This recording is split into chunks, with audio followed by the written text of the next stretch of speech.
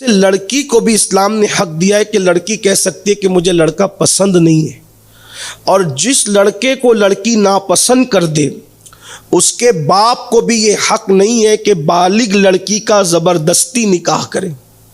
ये इस्लाम का हुस्न है। लेकिन अगर लड़का कह दे मुझे लड़की पसंद नहीं है, तो हम दूसरी देखते हैं, तीसरी देखते हैं, चौथी देखते हैं, कई देख डालते हैं, क्योंकि लड़के ने कहा मुझे पसंद नहीं है।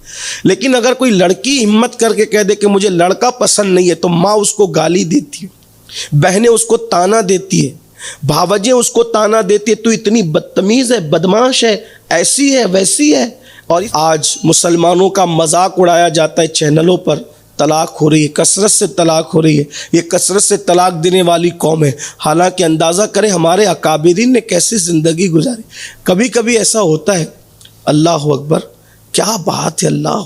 कभी कभी ऐसा होता है कि अगर बीवी आपके मुवाफिक आपको न मिले तबीयत के, और आप उस पर सब्र कर लें, तो अल्लाह ताला उस पर भी जन्नत देता है। एक बुज़ुर्ग से पूछा गया, बहुत बड़े मुहद्दिस थे, कि आपका कौन सा अमल आपको बख्शवाएगा, आपका कौन सा अमल आपकी बख्शिश कराएगा, आपको कुछ पता है? उन्होंने कहा हाँ, एक अमल है मेरा, हदीसें लिखी, किताबें लिखी, तकरीरें की, वाज की, नसीहत की, बहुत कुछ किया, लेकिन फरमाते मेरा एक अमल है। का क्या अमल है? वो लोगों को बताते हैं कि मैं जवान था और शादी करने का इरादा नहीं था, निकाह करने का इरादा नहीं था। एक खातून मेरे पास बानकाब आई, बापर्दा आई और कहने लगी, आपको अल्लाह का वास्ता देती हूँ, आप मेरे साथ शादी करें।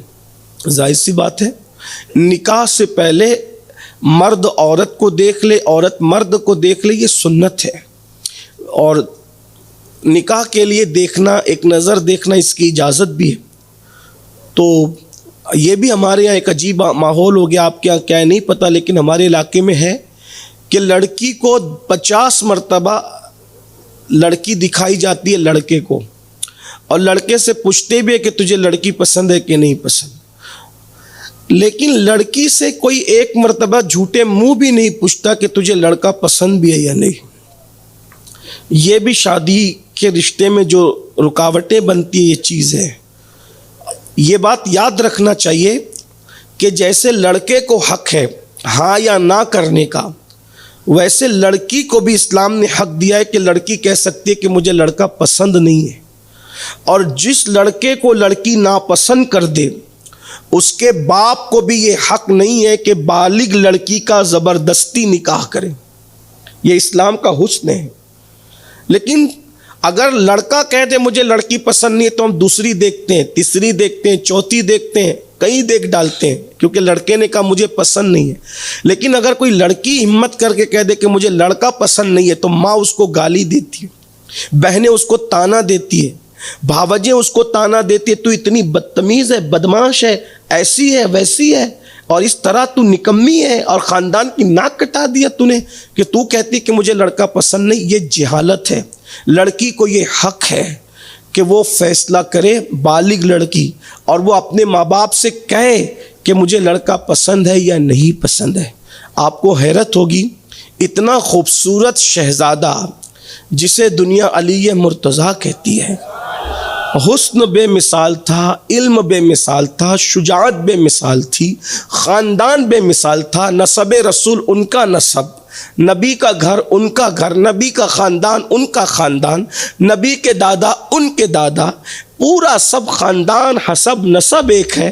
लेकिन जब हुज़ूर अलैहिस्सलाम अपनी शहज़ादी सैयदा फ़ातिमतुज़ ज़हरा का निकाह मौला अली के साथ करते हैं, तो मुख्तार कुल अपनी शहज़ादी से कहते हैं कि मैं तुम्हारे लिए अली को मुंतखब करना चाहता हूँ, इस पर तुम्हारी क्या मर्ज़ी है। लेकिन वो हया का पैकर सर झुकाकर आँख में आंसू लाती है, और हाँ कहने की भी हिम्मत नहीं पाती अपने अंदर, चूँकि सरापा हया थी, अल्लाह अकबर। अगर हया वहाँ ना हो तो फिर कहाँ हो, बल्कि हया जहाँ आकर मोतबर हो जाए उसे नबी का घर कहते हैं। लेकिन हाँ कहने का अंदाज़ तो देखें, रसूलुल्लाह के पूछने का अंदाज़ तो देखें। मुख्तार कुल मुस्तफ़ा जान रहमत सल्लल्लाहु अलैहि वसल्लम ने अपनी शहज़ादी के निकाह से पहले उनकी इजाज़त तलब फरमाई। हालांकि हुजूर को ये इख्तियार दिया गया कि हुजूर जिसके साथ जिसका निकाह करना चाहे कर सकते हैं, कोई इनकार नहीं कर सकता। तो बात दूर ना निकले, मैं अपनी बात समेट रहा हूँ। तो वो मुहद्दिस कहते हैं कि वो बानकाब थी, बापर्दा थी। उसने कहा अल्लाह का वास्ता आप मेरे साथ निकाह कर लें। अल्लाह का वास्ता दिया। हालांकि ऐसा नहीं हो सकता कि कोई अल्लाह का वास्ता दे दे और आप उसको देखे बगैर निकाह कर लें, लेकिन जिनके रुतबे हैं सिवा, उनको सिवा मुश्किल है, ये अल्लाह वाले लोग हैं। फरमाया कि उसके वालिद ने मेरे साथ उसका निकाह कर दिया, मैंने कबूल भी कर लिया। लेकिन जब पहली मुलाकात हुई तो मैंने क्या देखा कि उसकी सूरत मेरे दिल को नहीं भाती, यानी वो कबूल सूरत नहीं थी। हम किसी इंसान को बदसूरत ना कहें कभी। इंसान में कोई भी इंसान बदसूरत नहीं हो सकता। बदसूरत क्यों नहीं हो सकता? जब कुरान कह चुका लक़द खलक़नल इंसान फ़ी अहसनी तक़वीम, कि हमने इंसान को अच्छी सूरत पर पैदा किया, तो कोई बदसूरत नहीं है। इंसानों में चपटी नाक हो, कानी आँख, कुछ भी हो, अगर वो इंसान है बदसूरत नहीं। हाँ, एहतियात के तौर पे आप इतना कह सकते हैं कि वो कबूल सूरत नहीं है, मन भाती सूरत नहीं थी। वो मुहद्दिस साहब कहते हैं उसके बावजूद भी मैंने सिर्फ ये सोचा कि अगर मैं इसको छोड़ दूं, निकाह के बाद तलाक दे दूं, तो इसके बाप का दिल टूटेगा, इसका दिल टूटेगा। अब मैं अल्लाह को क्या जवाब दूं? क्योंकि उनके साथ हुआ था धोखा, यानी कि उनको अल्लाह का वास्ता दे करके मनाया गया था, उनके साथ धोखा हुआ था।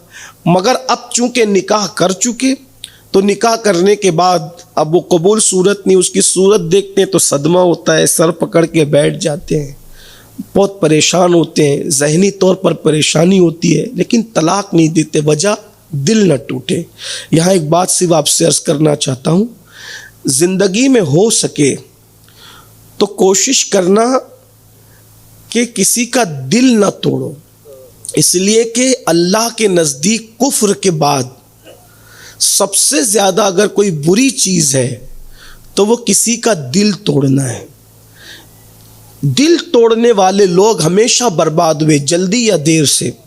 इसलिए कोशिश करना कभी किसी का दिल न टूटे। मेरे इमाम सैयद आला हज़रत मुझे याद आ गए, दिल टूटने की बात आई जब दूसरे सफ़र हज पर गए। देखिए, मैं दूसरे तीसरे चौथे निकाह का मुखालिफ नहीं हूँ। मैं समझता हूँ कि शायद हिंदुस्तान में कादरी फ़कीर ही है जिसने सबसे पहले हिम्मत की कि दूसरे तीसरे और चौथे निकाह पर गुफ्तगू करने की। लेकिन मैं उसका मुखालिफ नहीं, मगर बात आई तो अर्ज़ कर रहा हूँ। इमाम अहले सुन्नत जब दूसरे हज पर तशरीफ़ ले गए तो वहाँ के उलमा आपसे इतने मुतासिर हुए कि एक आलिम ने कहा कि अहमद रज़ा, तुझसे प्यार इतना हो गया शहज़ादे कि हम चाहते हैं कि जब तू चला जाएगा तो तू बहुत याद आएगा। तो एक काम करते हैं कि ऐसी निस्बत कायम हो जाए कि तेरा और हमारा ताल्लुक़ हमेशा के लिए बन जाए। तो आला हज़रत अलैहि रहमत व रिदवान ने फरमाया उसकी सूरत क्या है? तो उस आलिम ने कहा कि मेरी बेटी है, पढ़ी लिखी है, खूबसूरत है, आला नसब आला हसब है, हम चाहते हैं कि तेरे साथ उसका निकाह कर दें, तो तुम दामाद हो जाओगे मक्के वालों के, और इस तरीके से तुम्हारा आना जाना रहेगा, ताल्लुकात रहेंगे, रवाबित रहेंगे, याद आते रहोगे, मुलाकातें होती रहेगी।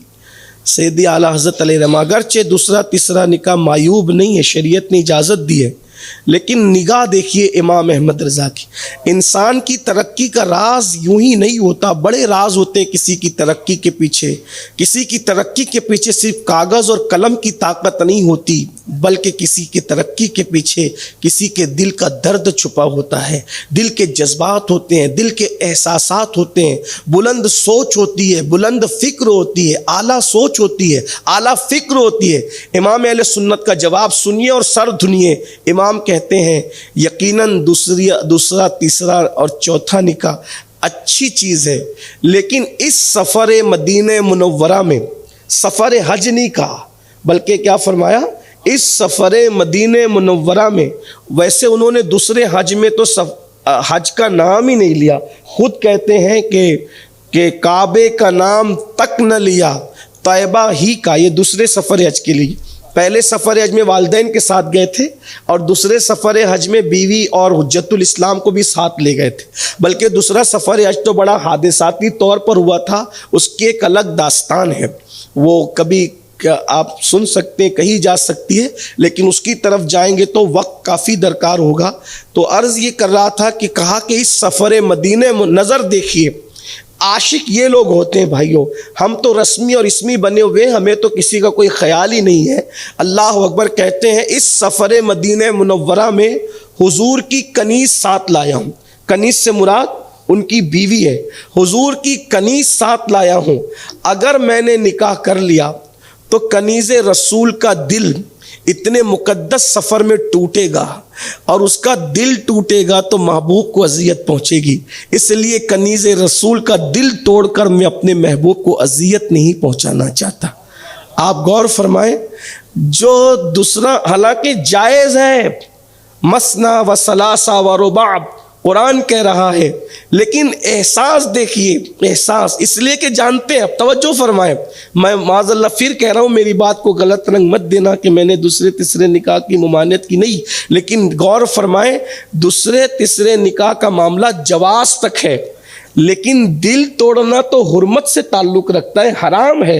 फरमाया कनीज़ रसूल का इतने अजीम सफ़र में दिल नहीं तोड़ना चाहता। गौर फरमाए, जो निकाह जैसे जायज़ काम को करके दिल नहीं तोड़ना चाहते, आज उस आला हज़रत के मसलक का नारा लगाने वाले लड़कों से पूछता हूँ, जवानों से पूछता हूँ, जब तुम बीवी होते हुए किसी लड़की से नाजायज़ ताल्लुकात करके बीवी की तरफ पीट करके बिस्तर पे लेटे फेसबुक पर उससे चैटिंग करते होंगे तो उसके दिल पे क्या गुजरती हो। गौर तो फरमाए कि आज ये घरों की सूरत हाल नहीं है।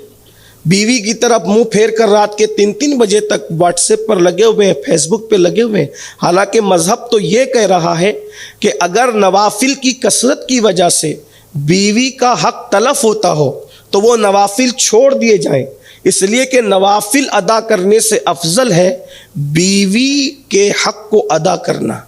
बल्कि हमारे बाज़ बुज़ुर्गों ने यहाँ तक के लिखा है कि बीवी के साथ रात गुजारने वाला शबे कद्र का सवाब हासिल कर लेता है। यानी अगर हम कहना चाहें इश्क व मोहब्बत में डूब कर, तो ये कि शबे कद्र तो साल में एक बार आती है, लेकिन वो खुशनसीब जो हुजूर का दिल खुश करने के लिए रात अपनी बीवी के साथ गुजारे, अल्लाह उसे शबे कद्र का सवाब अता फरमाता है। गौर तो फरमाए कितनी बड़ी बात है, लेकिन वो तो निहायत सस्ता सौदा बेच रहे हैं जन्नत का, हम मुफलिस क्या मोल चुकाएं, अपना हाथ ही खाली है। तो किसी का आम इंसान का दिल तोड़ दिया जाए तो आदमी को जवाल शुरू हो जाता है, उसकी उल्टी गिनती शुरू हो जाती है, वो बर्बाद होता है, तबाह होता है। बहुत से लोग कहते हैं कारोबार पहले बहुत अच्छा चलता था हजरत, अब कोई तावीज़ दे दो, कोई वजीफ़ा दे दो, अब सही नहीं चलता। तो तावीज़ और वजीफ़े भी फिर काम नहीं करते। वजह इसलिए कि आपकी जो उल्टी गिनती शुरू हुई है, हो सकता है कि आपने किसी का दिल दुखाया हो, किसी के दिल को तकलीफ पहुँचाई हो। अल्लाह अकबर। तो बात दूर निकली, अर्ज़ कर रहा था कि वो मुहद्दिस कहते हैं अल्लाह का वास्ता देकर मेरे साथ निकाह करवाया गया, मैंने देखा वो कबूल सूरत नहीं है, लेकिन अब तलाक दूँ तो कैसे दूँ, क्योंकि किसी का दिल टूटना है, किसी के दिल को तकलीफ पहुँचनी। का दिल टूटने से बचने के लिए मैं उसको देखता रहता, सदमे में रहता, देखता। कभी कभी मैं कई घंटों इस सदमे में घर से बाहर नहीं निकला।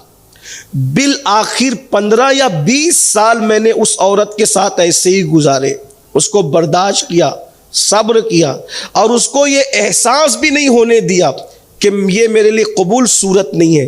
फरमाया आखिर उसका इंतकाल हो गया। बस उस नामकबूल सूरत औरत पर सब्र की बरकत है कि मैं अल्लाह से उम्मीद करता हूँ कि अल्लाह बस मेरा कोई अमल ऐसा नहीं है कि जिसकी वजह से मेरी मगफिरत और बख्शिश होगी। मुझे उम्मीद है कि बख्शिश होगी तो उसी सब्र की बरकत से होगी। ये अल्लाह वालों की फ़िक्र है।